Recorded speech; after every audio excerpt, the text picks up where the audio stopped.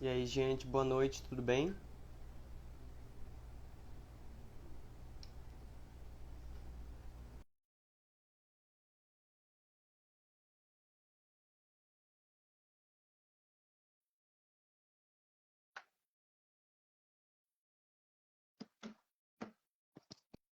E aí, Vantus? E aí, Ribeirinho? E aí, Jéssica? Vamos já começar esperando o debatedor aparecer. A gente vai tentar articular esse negócio do som aqui hoje, mas caso dê algum problema eu vou ter que entrar por outro celular, tudo bem? Aí a gente reinicia. E aí, Márcio, boa noite. Boa noite, Luciana.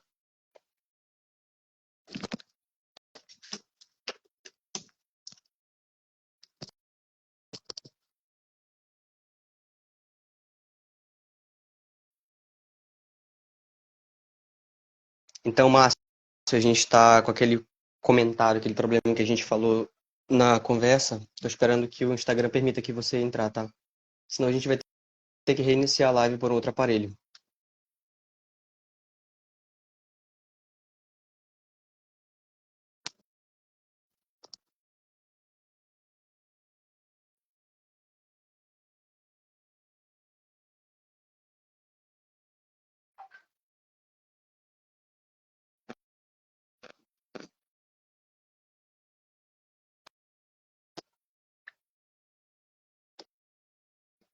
Então, boa noite para o pessoal. Informar que a gente vai estar agora transferindo a live para o segundo aparelho. É, Pois é, tanto o chat está travando, quanto esse problema permanece da aceitada, né, de quem se convida. Mandei um convite para você também. Você pode verificar se aparece, por favor, Márcio. O convite foi enviado.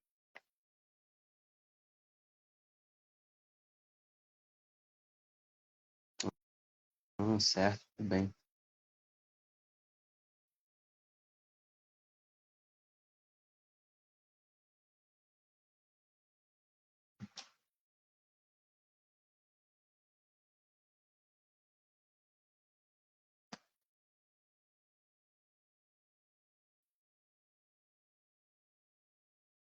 Aqui informo que você não pode participar, Márcio. Muito bem. Acho que agora foi. Felicidade, caramba. Que bom. Estão me ouvindo bem? Estão me vendo bem?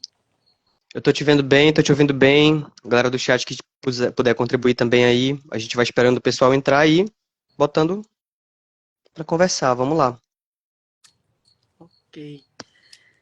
Vamos começar então com a apresentação do projeto, né? Claro, Nossa, foi meu cachorro aqui, não sei se deu para ouvir. tudo bem. Queria ter o mesmo problema logo mais. E então, gente, boa noite. Eu queria dar uma boa noite para quem está aqui no chat agora, para quem está entrando, para quem vai entrar, para as gravações posteriores também de quem está acompanhando. Eu me chamo Igor Cardoso, eu sou agente mobilizador aqui do Amapá. A gente está executando hoje a live de número 4 é, do Cinema em Movimento.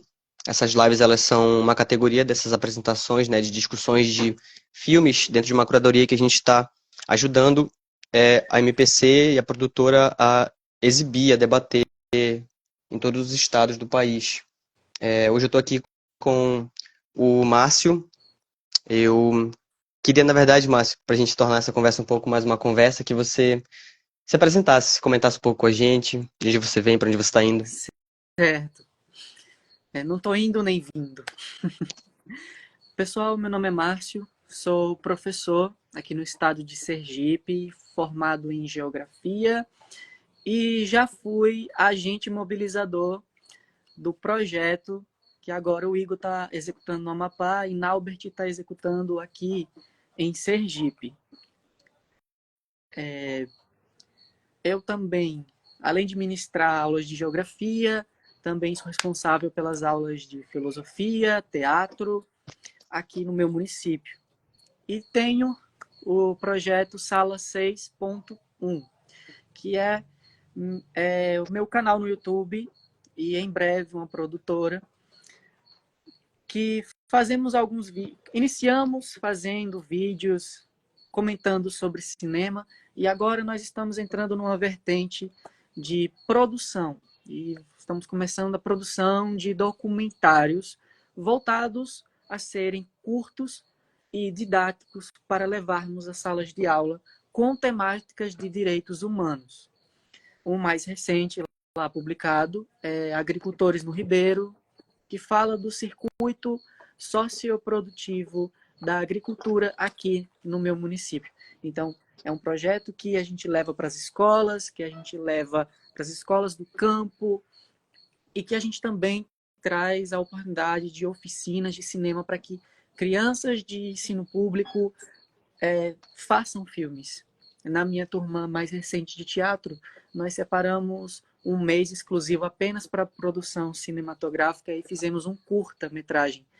E eu não fiz nada, eu só fiquei lá dando as orientações e foram as crianças na faixa etária de 10, 11, 8 anos que pegaram a câmera, que escreveram a história, que atuaram. Eu só fiz editar porque eles não têm como. Mas é isso. Esse sou eu, não consegue parar quieto um instante sequer. Maravilhoso, né, cara? Que a gente sente que essas novas frentes da produção, do pensamento do audiovisual relacionado, correndo paralelo à educação, tá tão bem composto, assim. A gente tem que pensar, né, que são essas novas gerações que vão criar esses novos cenários ou desbravar esses novos campos, seja dentro da tecnologia, seja no espaço universitário, fora dele. Eu acho muito interessante o que você comenta, porque dando início, assim, nós dois, você já foi agente mobilizador, estou terminando agora o meu processo. É muito interessante como algumas coisas elas servem para abrir portas, né? Eu acho que no fim das contas, o que mais eu sinto que aprendi, e queria ouvir de você também, o que você sente que aprendeu sendo esse agente mobilizador, é a como que as pessoas elas estão totalmente ligadas a essa produção, no nível em que acho que a parte técnica, sabe? Ela acaba vindo por último, em primeiro tem que vir as pessoas, tem que vir o que esses projetos podem alcançar. Quando eu te ouço falando, penso muito sobre como que aqui no estado também a gente está vivendo um cenário muito parecido, né? De pré-produção de muita coisa, meditar e chegando, a gente começa a pensar em como a gente vai articular essas linguagens, seja do teatro, seja do audiovisual, a comunicação, todas essas áreas conversando em conjunto para que a gente, enfim, como objetivo maior, consiga pensar até em novas possibilidades de identidades que vão ser construídas também com esse material, né? E, enfim, eu também tenho no Cineclube, também corro do lado de gente muito apaixonada por produzir, assim, Nauber exibi um filme que vocês fizeram, um trecho dele no YouTube, e eu Sim. achei maravilhoso, assim. Acho que a gente está muito no mesmo pá em relação a como que a gente enxerga essas possibilidades, né? A partir do que pode ser pensado enquanto ferramenta. Queria que você comentasse um pouco dessa experiência, como que foi para você descobrir essas coisas. O Cinema em Movimento, quando eu fui o agente mobilizador, não foi Cinema em Movimento, foi Cinema nas Redes, por conta do período pandêmico. Então, todas as nossas sessões foram lives aqui no Instagram.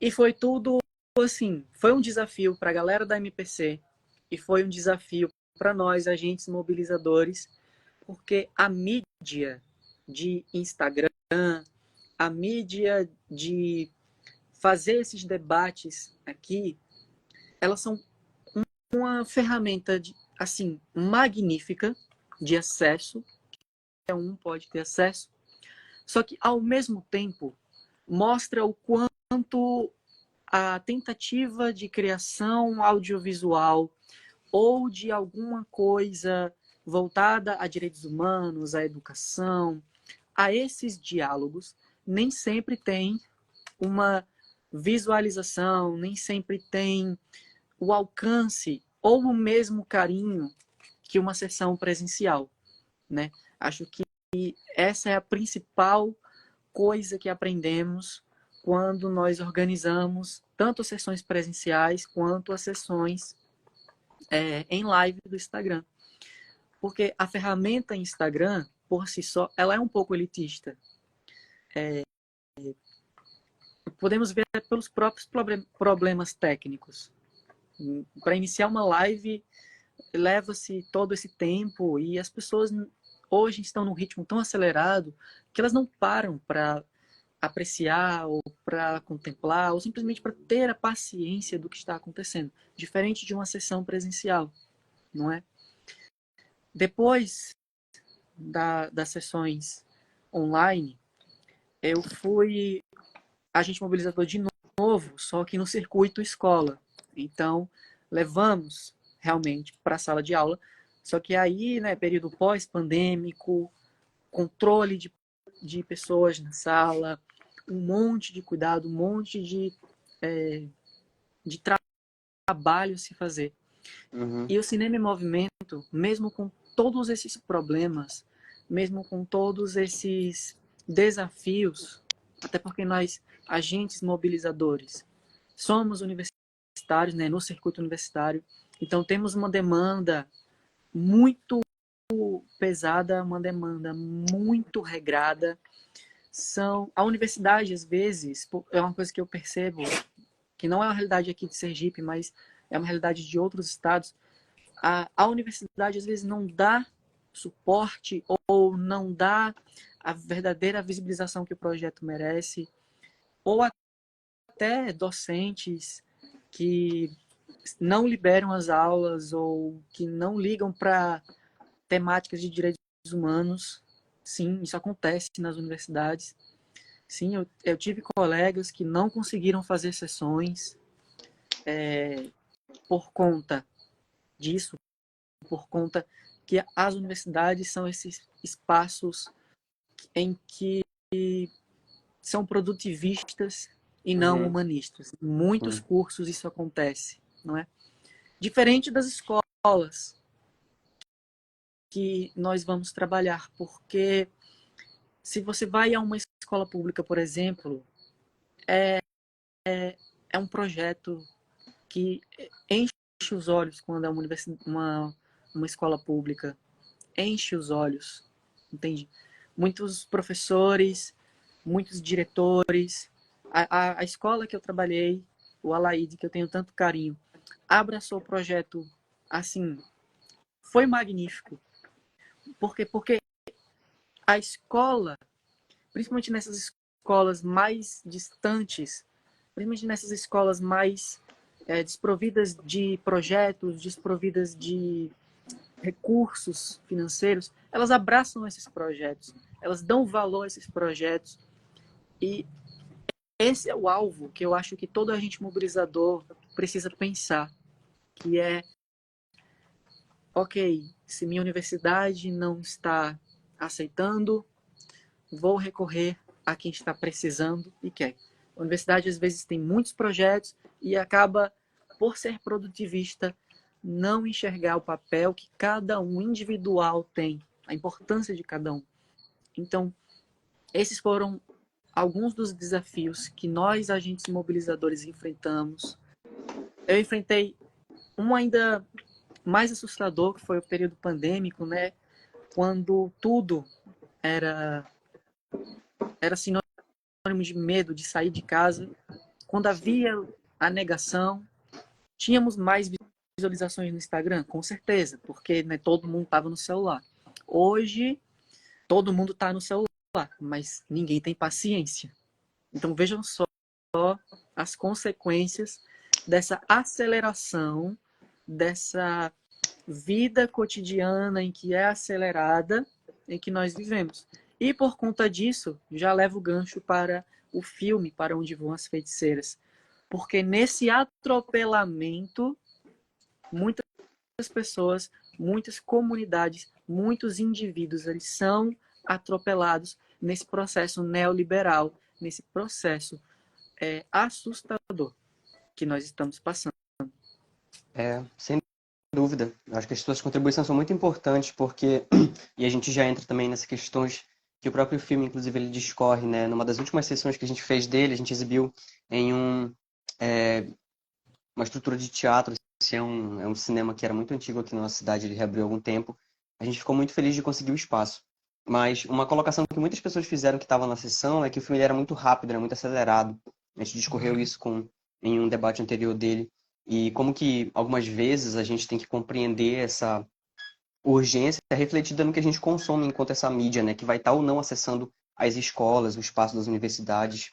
Quando você fala das suas dificuldades, é muito doido, porque eu encontro muito colo, assim, a gente passou pelas mesmas dificuldades aqui em muitos sentidos, e é até meio doido isso, porque a gente acaba mesmo que estando em contextos muito diferentes, em lugares muito, em regiões muito diferentes e contrastantes do país, a gente ainda está unido pela dificuldade, né, em não só alcançar esses espaços, eu acho, mas garantir eles também. No início a gente conseguiu bastante retorno das universidades, eu acho que foi uma coisa muito bacana para o projeto crescer dentro do seio onde a gente começou a se interessar, né, pelas artes, pelo cinema, enfim, do seio do espaço, mas com o tempo a gente foi sentindo que cada vez mais essa facilidade ela partia de outros lugares que não a universidade onde a gente tinha dado início, começado, né? Aqui no meu estado, a minha cidade ela tem 30 e poucos anos. Deixou de ser território federal, acho que em 80 e pouco. Então, a gente está começando a desbravar também algumas formas de, inclusive, pensar essa acessibilidade e pensar esses espaços em que o audiovisual pode chegar, não como o que a gente compreende que é essa arte que está ali nos museus, que parece que está distante da gente, mas principalmente os próximos caminhos que a gente pode trilhar aqui. O cineclubismo ele é uma saída para isso, e esse foco dentro das temáticas dos direitos humanos, ela vem muito ao calhar, porque a gente está pensando agora sobre essa identidade, a gente está pensando sobre a autoralidade, sobre o que vem a ser essa nova produção. Como pensar nessa identidade, né? A gente estava conversando entre amigos dentro do cineclube que a gente acha que tem que ir para a base, que é o que mais importa, a juventude. E, consequentemente, alcançando as escolas. Todas as escolas que a gente visitou também, elas foram muito queridas, assim, em topar o projeto e se empolgaram muito com uma sessão só, sabe? Sempre ressaltando que queriam Queriam continuar a mais. parceria para o próximo ano. É louco, né, cara? Na minha escola, nós levamos para os alunos do EJA e levamos 3 sessões para lá. E todas as 3 foi como se fosse a primeira vez, porque o mesmo carinho, a mesma empolgação, o Uhum, mesmo diálogo. E foi interessante, principalmente na última, porque nós levamos o Cinema em Movimento num dia e no dia seguinte a gente tinha levado todos os alunos do EJA, eu e o Albert, para eles irem para o cinema junto com os professores do EJA, que tiveram a iniciativa, né? Foi iniciativa deles. sim. E nós, por termos levado o Cinema em Movimento para lá, fomos convidados a acompanhá-los. E levamos para assistir Ainda Estou Aqui. Imagina só, a primeira vez que alguns tiveram ali, uma boa parte, em contato com a telona, Uhum, foi para ver esse filme nacional. Então nós estamos vivendo, por conta de Ainda Estou Aqui, uma valorização no cinema nacional. Estou vendo isso acontecer. Espero que não vire uma coisa passageira. Claro que aí já leva para outra discussão de como a valorização veio por conta da influência internacional, sim. por conta de Fernanda Torres ter ganhado o Globo de Ouro, o que, obviamente, ela tem o mérito, ela obviamente tem o mérito, mas nós que trabalhamos com cinema, nós sabemos que para ela estar lá foi um trabalho muito difícil, muito pesado de toda a equipe de produção, um trabalho extremamente caro para que o filme fosse exibido em festivais lá fora, fosse exibido em salas de cinema lá fora, tivesse reconhecimento lá fora. Levou muito tempo para isso acontecer. E muitos brasileiros acharam que foi só porque o filme lançou agora e pronto. Não é assim que funciona o cinema nacional. E são esses projetos, como o Cinema em Movimento, como o Cine Pupunha aí, como Sala 6.1 aqui, que dão início, que dão o pontapé para que as nossas produções cheguem a quem deve chegar, que é o brasileiro, que é o aluno, que é o estudante, que é o amante das artes, que é a pessoa que não sabia que precisava ver aquele filme, como Uhum. aconteceu com os alunos do EJA. Quando executamos, qual foi? Acho que foi o Vangotolan Clanon, que foi o primeiro. Abriu margem para muito diálogo. E uma aluna em específico, ela tinha muita vergonha de falar que ela. Não era vergonha, ela tinha medo de Uhum. falar sobre a sua religião, candomblé, porque aqui no Agreste de Sergipe é muito forte o catolicismo. E aí, dentro do Cinema em Movimento, perante as discussões, perante o que Naubert trouxe, perante algo que o projeto trouxe, elas viu como um espaço confortável A escola trouxe esse espaço confortável e ela pôde falar abertamente para suas colegas de turma sobre a sua religião, sem preconceito, sem medo. E aí é que vem a questão. Isso foi porque é preciso ter contato para conhecer. Ela viu o filme, os colegas assistiram o filme e começaram a ver, enxergar uma realidade diferente. E enxergando essa realidade diferente da sua, você consegue entendê-la. Porque boa parte desse etnocentrismo dentro de nós mesmos brasileiros, que somos um país continental, é por conta dessa distância, desse medo. E às vezes essas pessoas estão justamente entre nós, como no filme aborda brilhantemente que o simples fato de existir incomoda. Uma das passagens do filme que me marcou bastante foi a parte em que tem algumas pessoas de uma comunidade indígena ali no centro de São Paulo.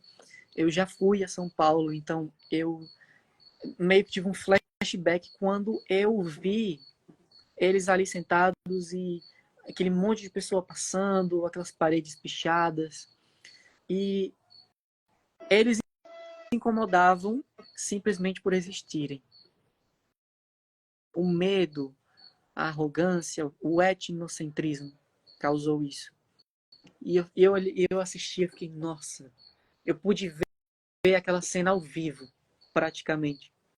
E quando eu estive em São Paulo, eu também tive um choque de realidade, não por conta de populações ou de comunidades, mas por conta da pobreza extrema de São Paulo e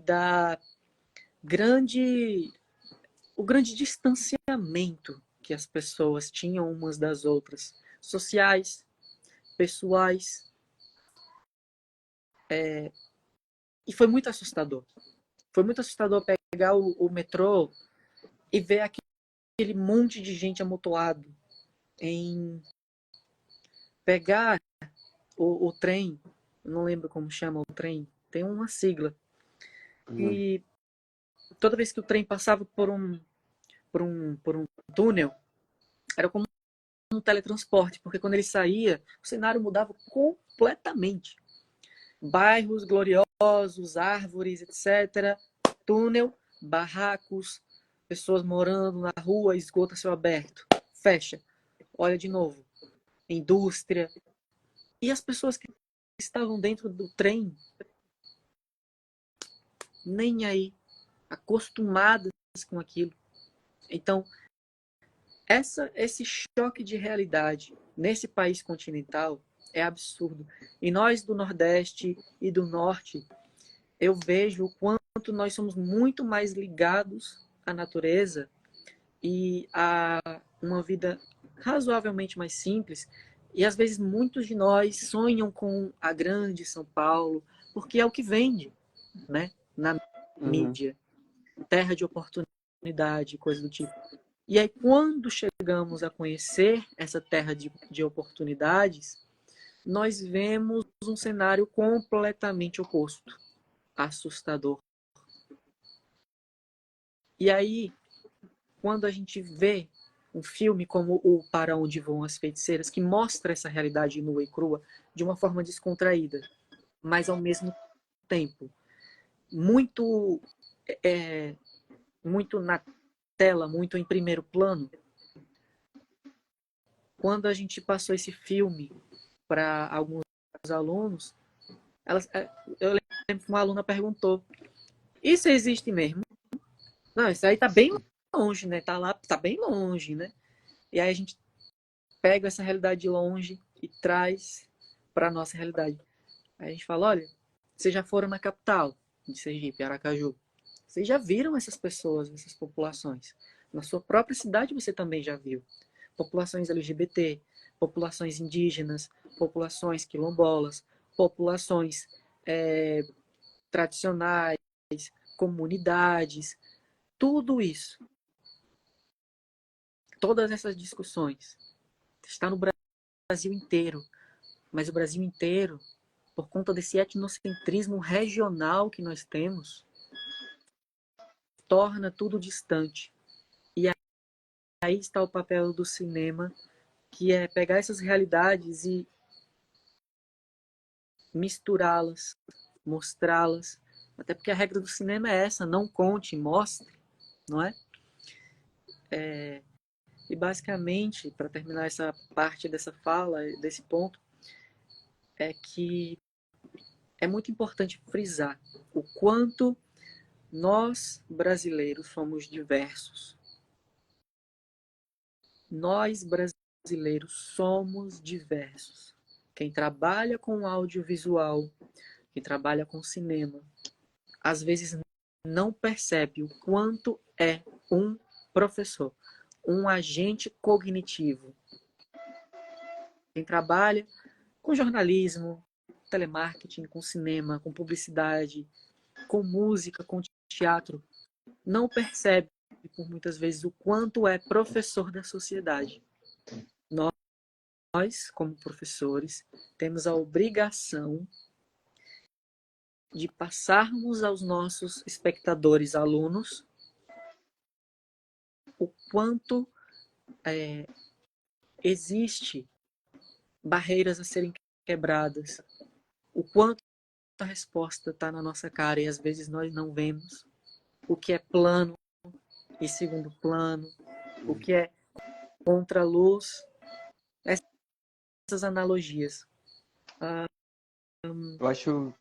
Fico pensando sobre, porque você fala muito sobre essa função social, né? Sobre chegar a uma finalidade. E essa finalidade, enquanto ferramenta, esse audiovisual que a gente discute, eu acho que é não só revelar novas realidades, eu acho, como trazer luz a essas que já existem, né? Essas culturas que já se retroalimentam há muito tempo, como que muitas vezes muitas histórias elas seriam muito importantes de serem contadas, mas esses agentes mesmo que a gente comenta, sejam os professores, sejam os cineclubistas, assim, independente de qual nível, de qual grau de produção a gente fale, a gente está falando de pessoas que muitas vezes se encontram muito afastadas desse centro de produção, né? É muito difícil encontrar, às vezes, um caminho no meio disso. E como você pontuou lá atrás, eu acho que projetos como a MPC, até cineclubismos e os projetos que nós temos, eu acho que eles são acho que uma semente dessa catalisação da coisa, né? Tem que começar em algum lugar, há de se dar o primeiro passo. Acho que é muito bacana que você comente a respeito desse papel de aproximar as pessoas, aproximar as bolhas, os ciclos. Eu acho que o Para Onde Voam as Feiticeiras, quando ele fala sobre raça, sobre gênero, quando ele discute classe, quando ele discute vulnerabilidade, quando ele discute esses contrastes, para gente que está aqui no norte, no Amapá, é muito tentar aproximar, assim, tentar encontrar em que nível que esse filme ele dialoga com a nossa realidade local, mas ele ainda funciona com uma lógica própria lá de onde ele veio, assim, ainda é um filme do Rio de Janeiro, feito por pessoas do Rio de Janeiro, a gente sempre voltou a ressaltar isso porque queria encontrar um diálogo entre essas duas frentes, né?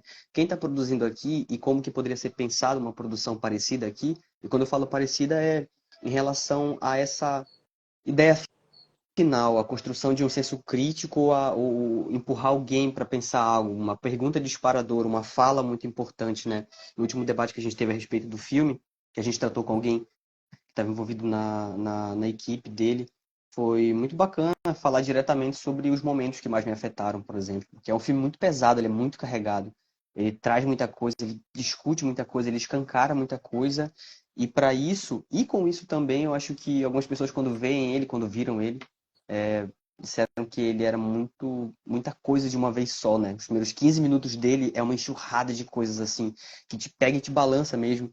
E o resto do filme, ele tem esses altos e baixos, é como se ele construísse uma narrativa que, como você comentou ali, tem uma brincadeira dentro, mas eles empurram essa graça até um certo momento e aí o próximo plano é algo totalmente subversivo em relação à última coisa que a gente viu, né?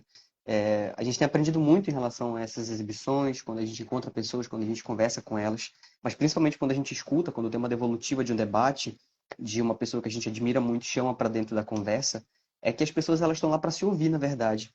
Elas estão sentindo, pelo menos, que esse nivelamento está acontecendo melhor, assim, né? O que a gente chama de economia criativa, de tu, a partir dessas conexões, também pensar como é que tu vai pensar num projeto para um edital, por exemplo, que pode não ter o conhecimento básico para escrever. A gente até pouco tempo atrás estava nesses corres e entendeu muito que mesmo essas vulnerabilidades vulnerabilidade de classe que a gente comenta em relação também como que esses projetos sociais eles deveriam alcançar muito mais gente, mas nem sempre existe um financiamento do governo local. Uma própria prefeitura, às vezes, é muito difícil de enxergar o potencial dentro disso. E, por consequência, é curioso, né, que um professor dentro de uma sala de aula ele enxergue tão mais essa riqueza, assim, e que essas portas estejam se abrindo justamente nessas bases. Quando a gente leva um filme para uma escola, como Para Onde Voam as Feiticeiras, a gente sente como que impressiona, porque muitas vezes essas crianças ou esses adolescentes que estão agora começando a pensar em imagem, começando a pensar o consumo de mídia, começando a construir o seu senso crítico da vida adulta, eles vão estar vindo de um lugar muito de assossego, assim, né? De acordar de manhã, pegar o celular, a primeira coisa que faz é ver as redes sociais, mas vai ser um consumo o resto do dia de mídia que não vai levar para lugar nenhum. E eu acho que, na verdade, o que a gente tem aprendido também muito aqui, né? E acho que volta a ressaltar, principalmente com esse filme, com Parou de Voos Feiticeiras, é que essa linguagem ela pode levar para muitos caminhos, ela pode disparar muita coisa em muita gente. Pessoas vindo de diferentes lugares, com diferentes experiências, com diferentes visões de mundo, se aconchegam e passam por uma sessão. A gente no Cineclube, pelo menos utilizando agora esse modelo, né? Você está num momento em que você está pensando já em começar a produzir, né? Já pôr a mão na massa para esses próximos docs que você comentou que também estão em curso.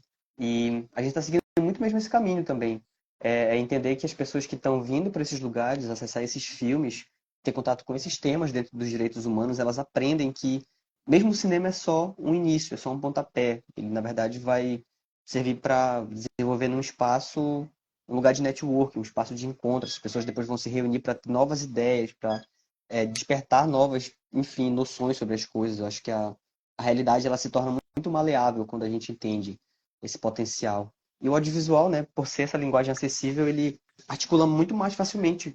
É som e imagem, é tudo que a gente consome o dia inteiro. Acho que quando a gente insere um elemento externo, como um tema, como uma forma de dirigir, uma forma de enxergar, mas principalmente tornar acessível, como a gente pega uma linguagem mais complexa e tenta passar para aquela comunidade local, por exemplo, né?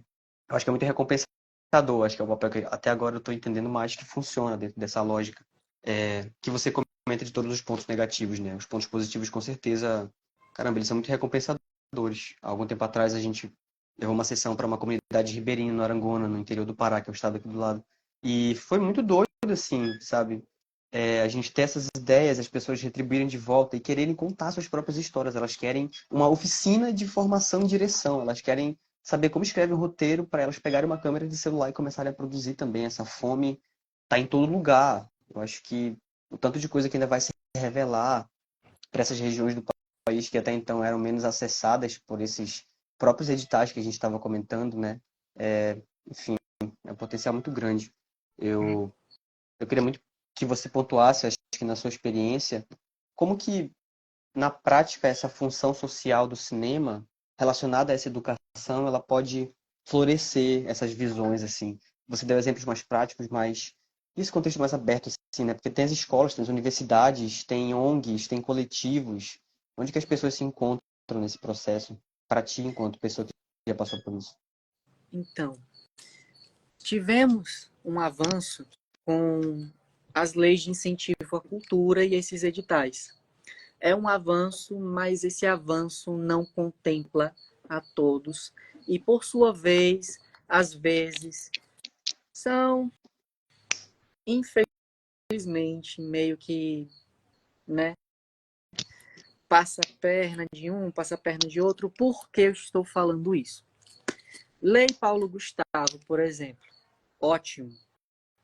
Lei de incentivo exclusivo ao audiovisual. Nós que somos produtores audiovisuais precisamos disso. É também uma iniciativa em que a pessoa quer fazer sua produção audiovisual, beleza, também é muito bom. Só que e aí, em contraposição, quem faz o edital da Lei Paulo Gustavo? Cada município. Então, cada município vai ter a sua forma de julgar quem merece a verba ou não. Qual é o critério? Se, caso não executar o projeto de acordo com as regras do edital, se vai ter penalidade ou não.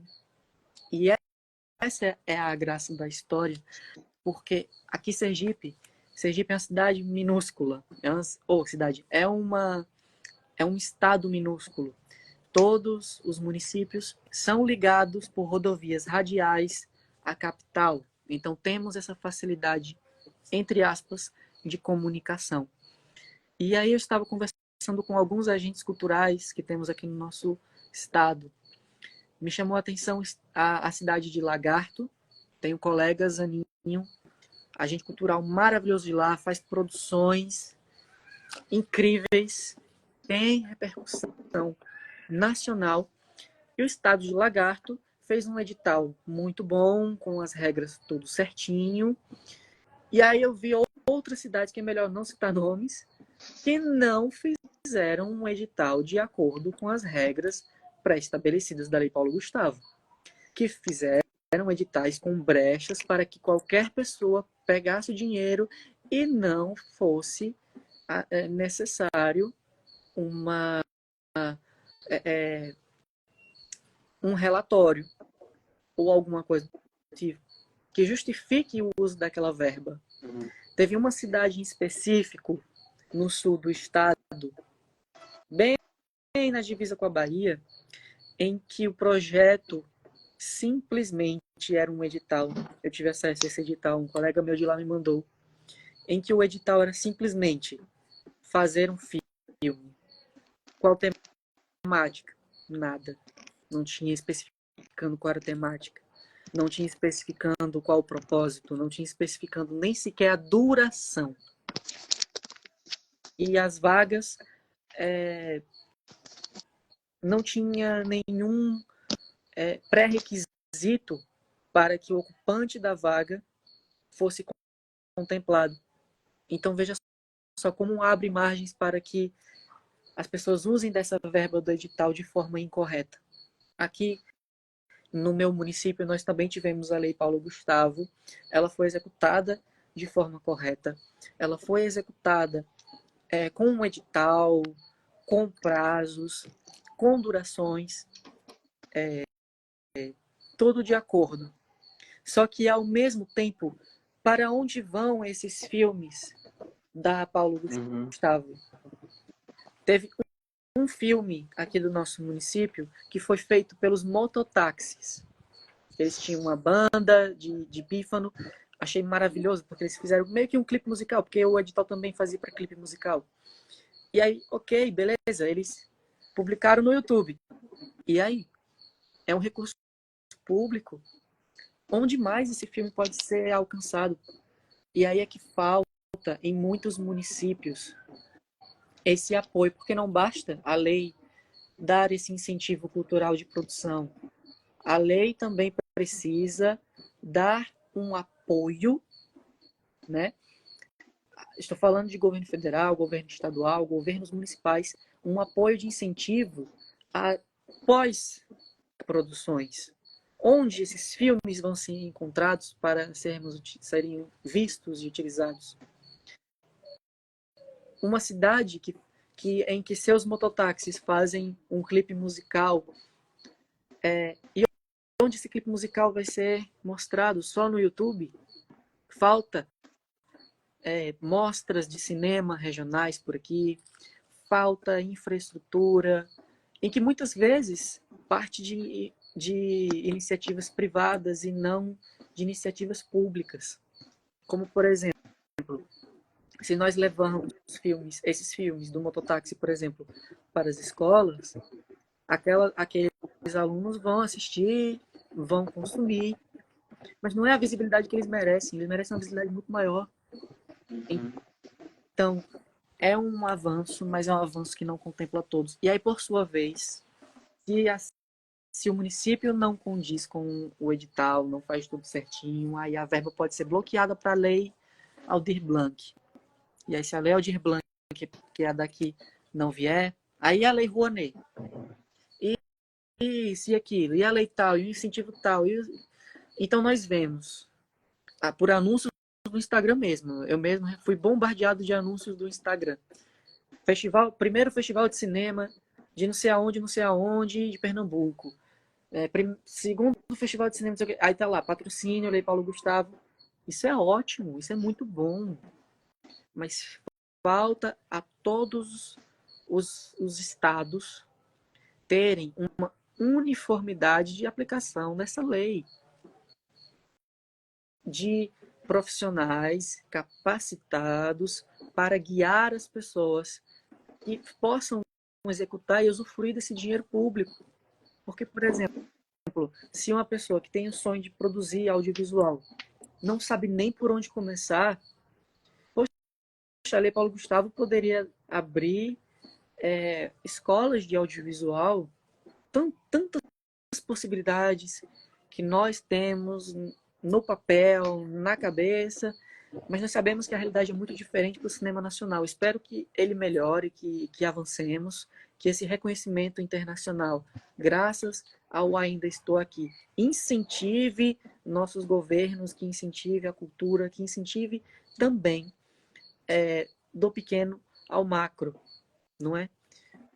Que esses municípios contem suas histórias de forma audiovisual e depois deem essa assistência a essas pessoas. Então vamos abraçar os projetos de cinema, de teatro, de cultura, porque todos os municípios têm secretaria de cultura. Todos têm.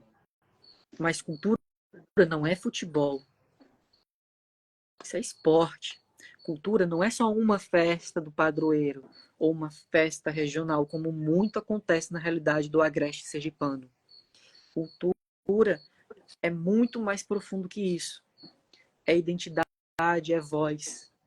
Então, quando nós temos uma secretaria de cultura em um município, estou falando da realidade sergipana, nós vemos que em Sergipe temos muitas disparidades dessas secretarias.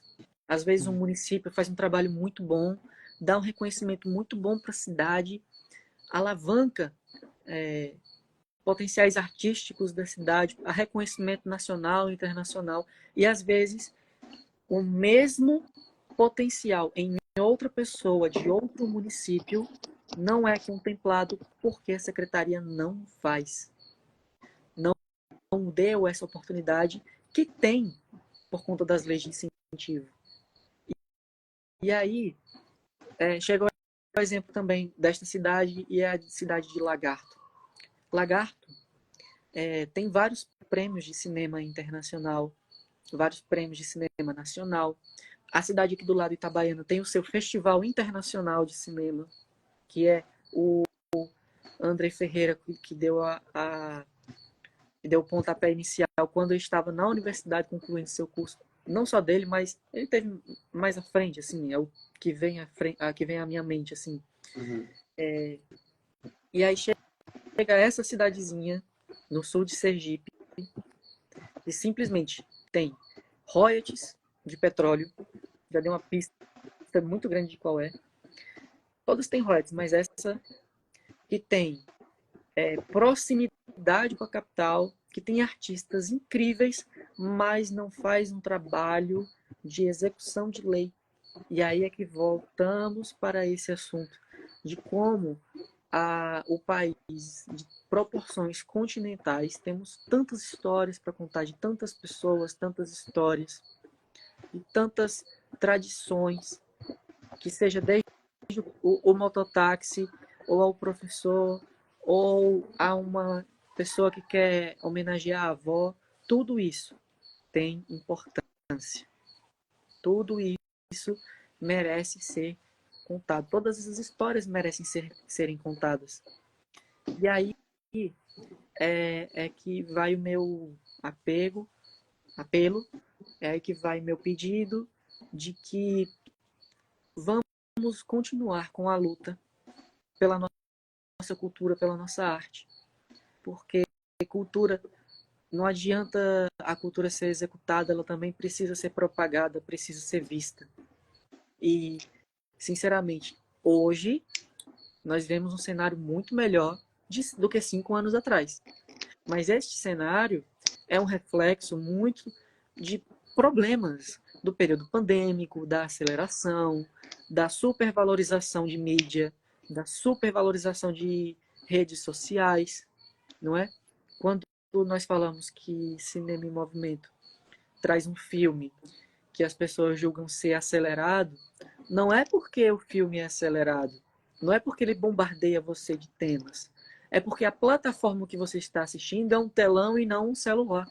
Porque o celular, como você bem falou, somos bombardeados por vídeos, comentários, vídeos, publicações, vídeos, reels, e às vezes nós passamos horas, horas e horas e nós nem percebemos o tanto de conteúdo que a gente adquiriu e não consumimos nada.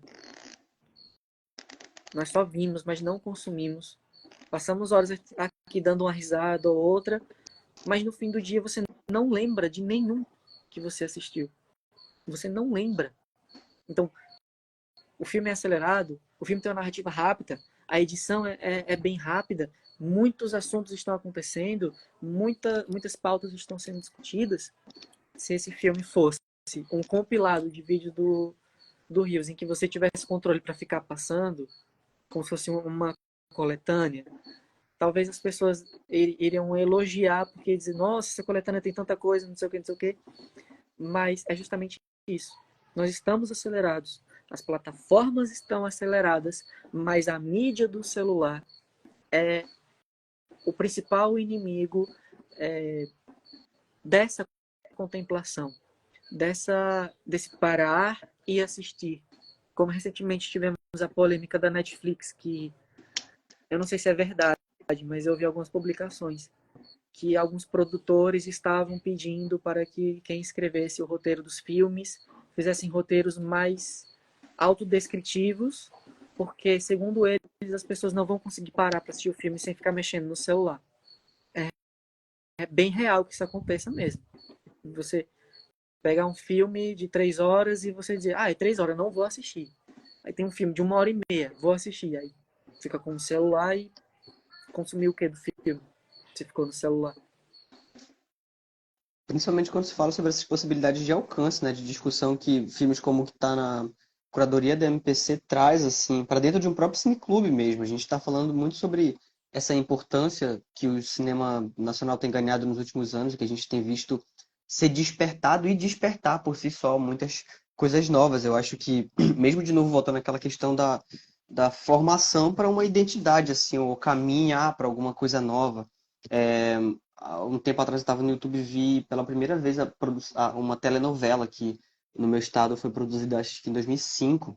E estava disponível assim no YouTube e tal, mas a gente ficou muito surpreso de topar com o conteúdo. A gente não tinha consumido até pouco tempo atrás assim algo parecido, sabe? O primeiro edital de audiovisual que é de 2017. Então, quando esses primeiros agentes, né, esses diretores, produtores, roteiristas se encontraram nessa posição, eles quiseram pegar o olhar deles e trazer, enfim, desenvolver esses projetos que é, articulassem algo dentro de tudo isso que a gente está discutindo, que fosse ao mesmo tempo uma história que fosse acessível, que desse para passar numa escola, tanto quanto numa sala de cinema, tanto quanto num streaming, com coisas que a gente pudesse consumir de forma mais imediata, eu acho, mas ao mesmo tempo comunicando muito sobre muita coisa, falando muito sobre os coletivos, eu acho. A gente sente que o que a gente produz aqui de cinema, o que a gente pensa em produzir de cinema no futuro também, e muito vai refletir as nossas lendas, os mitos. Eu acho que o que a gente imagina que seja o nosso estado, o que a gente imagina que já foi, que vai ser.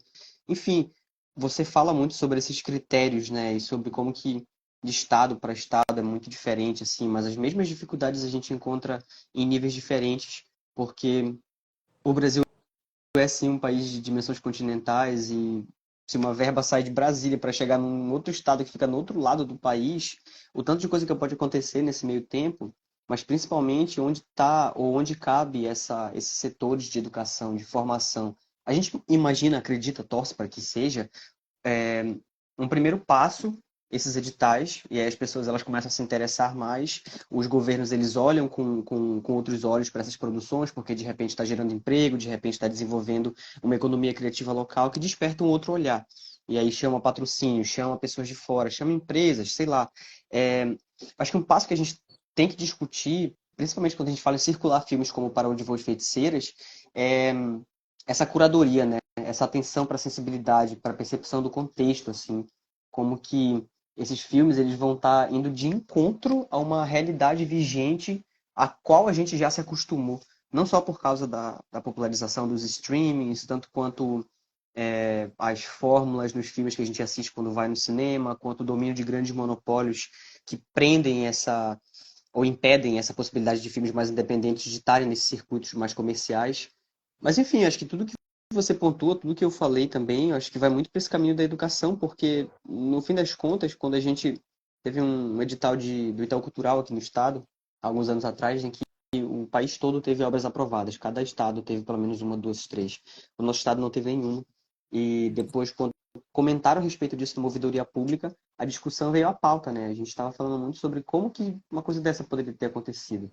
As pessoas, elas criam esse receio de perguntar, não existe como produzir, já é difícil, agora circular é mais difícil ainda. Então, para te chegar a escrever um projeto, né, caramba, tem que encontrar as pessoas certas, tem que ter as conexões certas, tem que ir nos lugares certos. Às vezes tu pode ter um projeto muito bom que vai ficar 10 anos engavetado porque tu não vai conseguir topar com as pessoas corretas. E às vezes numa mesa assim de uma escola, tu talvez tenha alguém que tenha um interesse também em produzir junto. Vocês fazem uma dupla, de repente começa um projeto.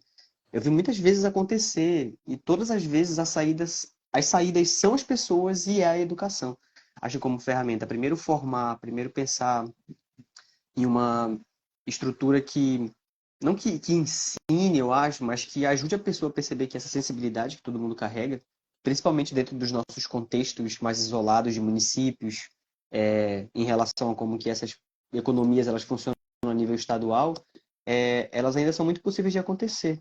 E se elas já acontecem sem esse incentivo, então um caminho que a gente tem que pensar tem que ser esses programas, eu acho. Não só o que o governo pensa, né? Mas com certeza é muito importante também, porque senão nada acontece. Mas os projetos de bairro, assim, os pequenos coletivos, como que essas pessoas elas podem estar ajudando a criar o que a gente chama de cena num certo lugar.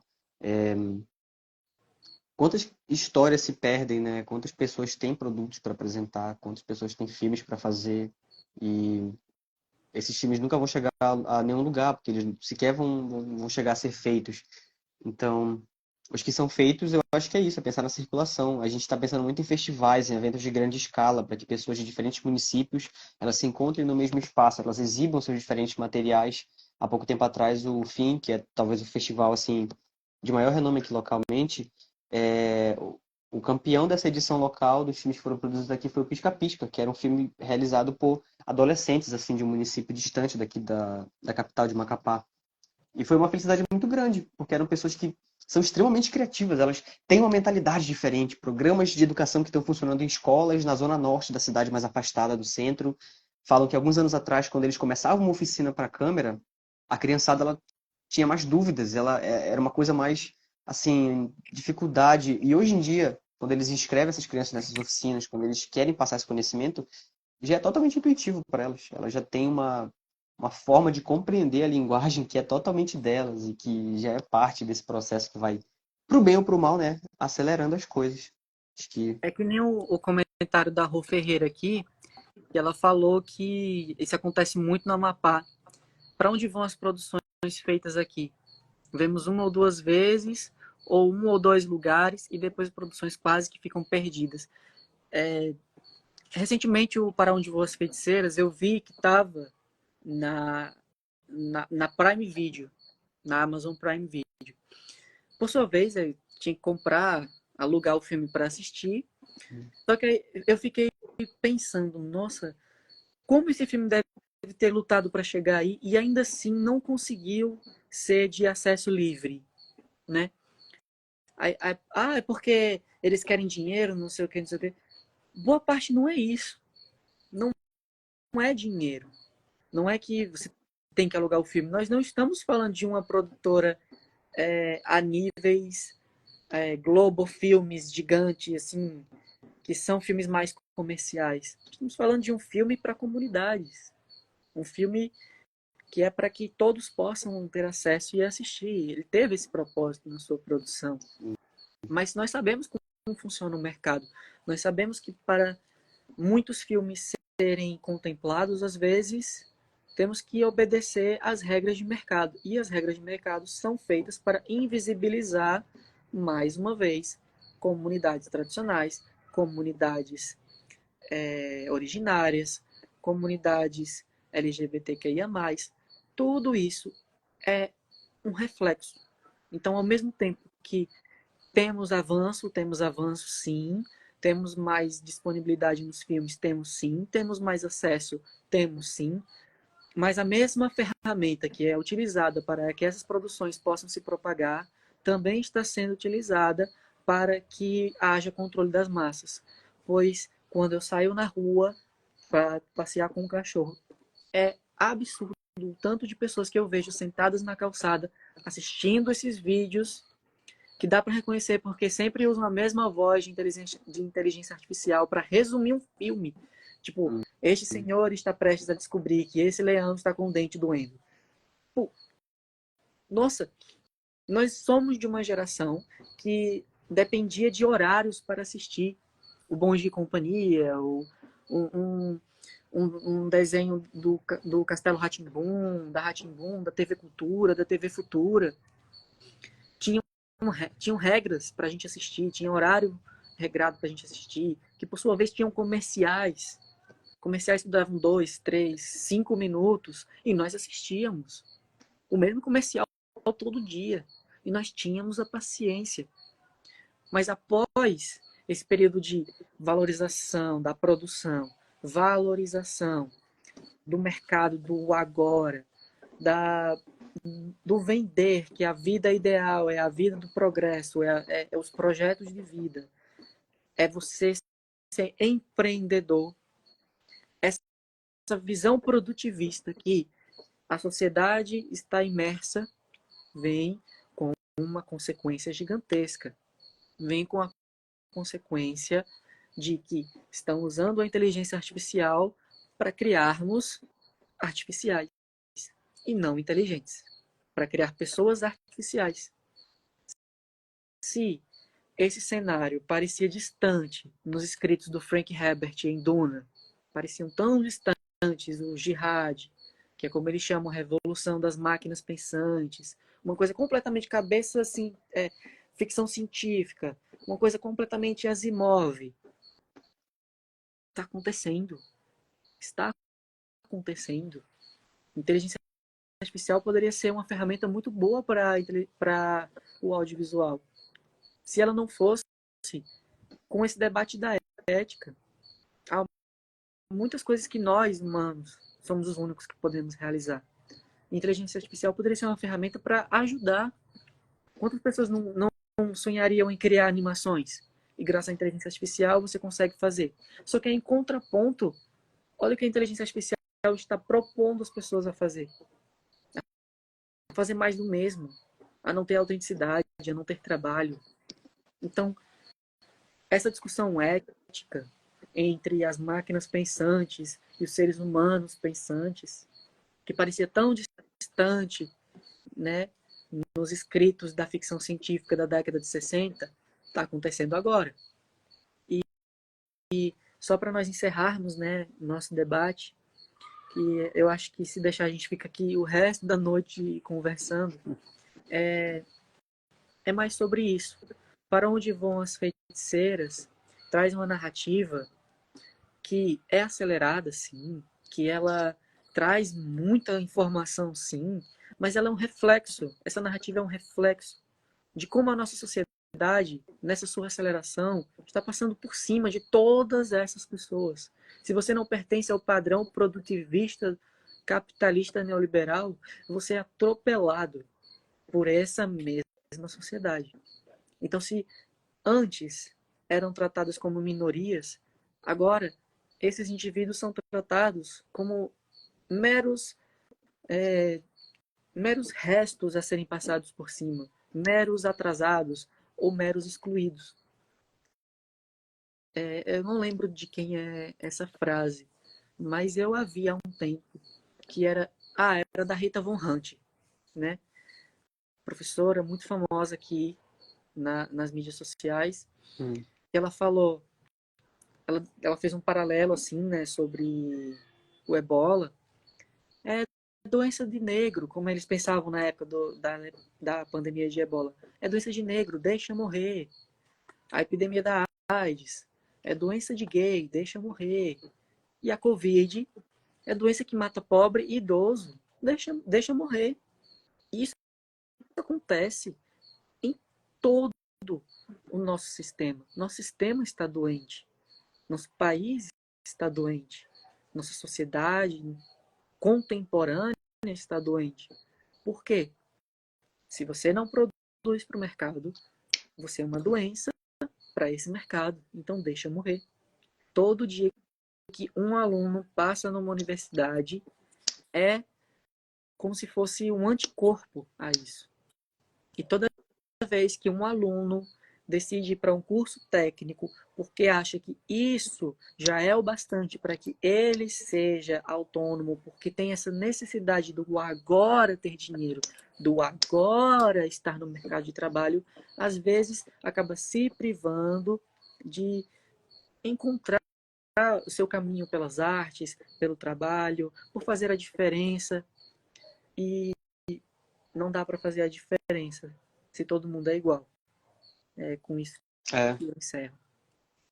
acho que é legal que a gente sempre leve na nossa cabeça, né? Todas essas transformações possíveis aos cenários que a gente debate, que a gente discute, que a gente pensa criticamente, de forma forçada ou não, ou porque a gente precisa, ou porque é um passo para algo maior. Eu acho que tem que ser pensado a partir dessa ótica de que o cinema ele é uma arte que importa porque ele é uma arte coletiva, né? Porque ele depende de pessoas. Então, acho que dentro disso cabem todas as mais malucas e criativas possibilidades. Eu acho que tanto de projetos de cultura, tanto quanto desse olhar do Estado que tem que se voltar mais para dentro dessa produção, para dentro do que é essa identidade, mas principalmente para dentro do que é, esses filmes, esses projetos, eles podem ajudar a revelar, né? Acho que tudo que a gente discute, tudo que a gente debate, tudo que a gente leva para dentro de uma sala de aula, tudo que a gente opta por manter ou não dentro de uma universidade, acho que vai acabar influenciando de uma maneira ou de outra alguém em algum lugar. É, sempre está dando o primeiro passo, eu acho.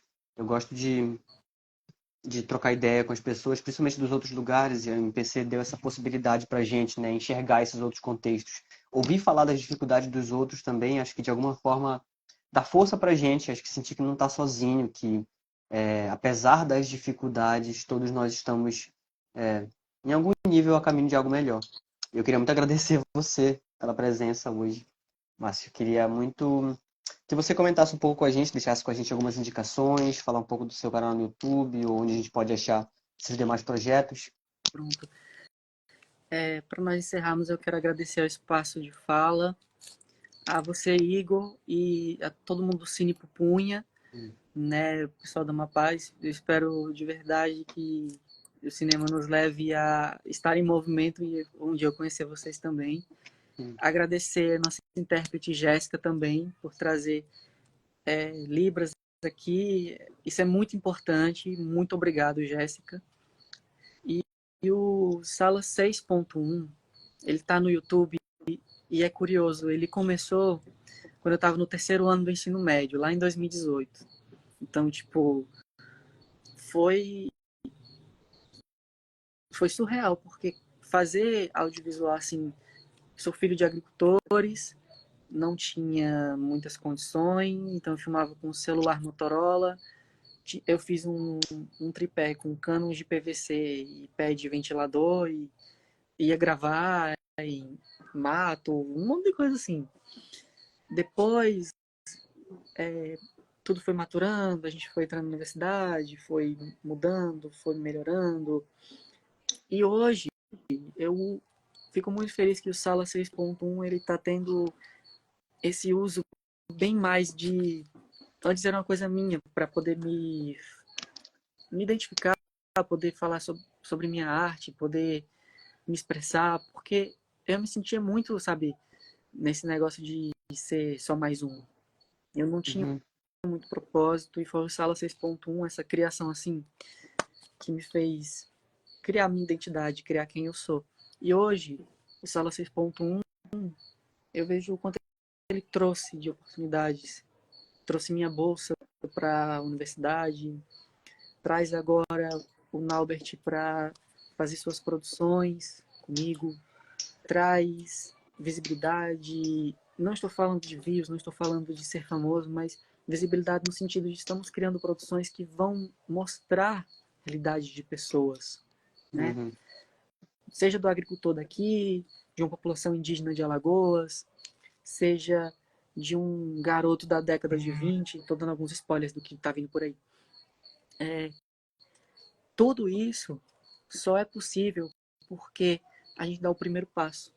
Por isso que é 6.1, porque sala 6.1 foi a primeira sala de cinema que eu fui, foi a sala 6. E foi tão marcante que eu lembro. Mas não porque eu fui ver quando era criança, mas sim porque em 2015, que foi quando eu vi, eu tinha 15 anos, e não tinha cinema aqui no Agreste. Só tinha cinema na capital do estado. No estado inteiro só tínhamos 3 cinemas. 2 em shopping e um que é o Cine Vitória, que está aberto até hoje, um cinema de rua até hoje. Claro. E aí foi muito marcante. Foi algo assim surreal. Foi para ver Jurassic World. Eu sou muito fã da franquia Jurassic Park, é meu filme favorito. E aí, nossa, foi assim. E aí quando veio o cinema aqui pro Agreste, nós temos agora 2 cinemas aqui no Agreste. Temos um na cidade aqui vizinha. E mesmo tendo cinema aqui na cidade vizinha, mesmo muita gente agora tendo acesso ao cinema, tem muita gente que não foi. Tem muita gente que não consegue ir, mesmo sendo a cidade aqui do lado, não consegue ir. E esse é o papel do cinema em movimento. Do movimentarmos o cinema, entrarmos onde as pessoas não conseguem ir. E eu fico muito, muito feliz em ver o projeto prosperando, em ver o projeto com pessoas tão capacitadas quanto vocês. É isso, pessoal.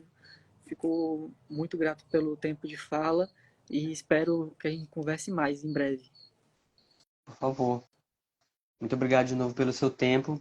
E o Simpobune também está sempre disponível a abrir esses diálogos, principalmente porque eu acho que essas regiões têm que se comunicar justamente também sobre essas possibilidades, sobre quem são essas pessoas, onde são, onde e como funcionam esses setores criativos, né? Acho que só junto a gente vai chegar mais longe. Com certeza o cinema ele é uma dessas muitas saídas que o futuro guarda pra gente. Muito obrigado de novo, viu?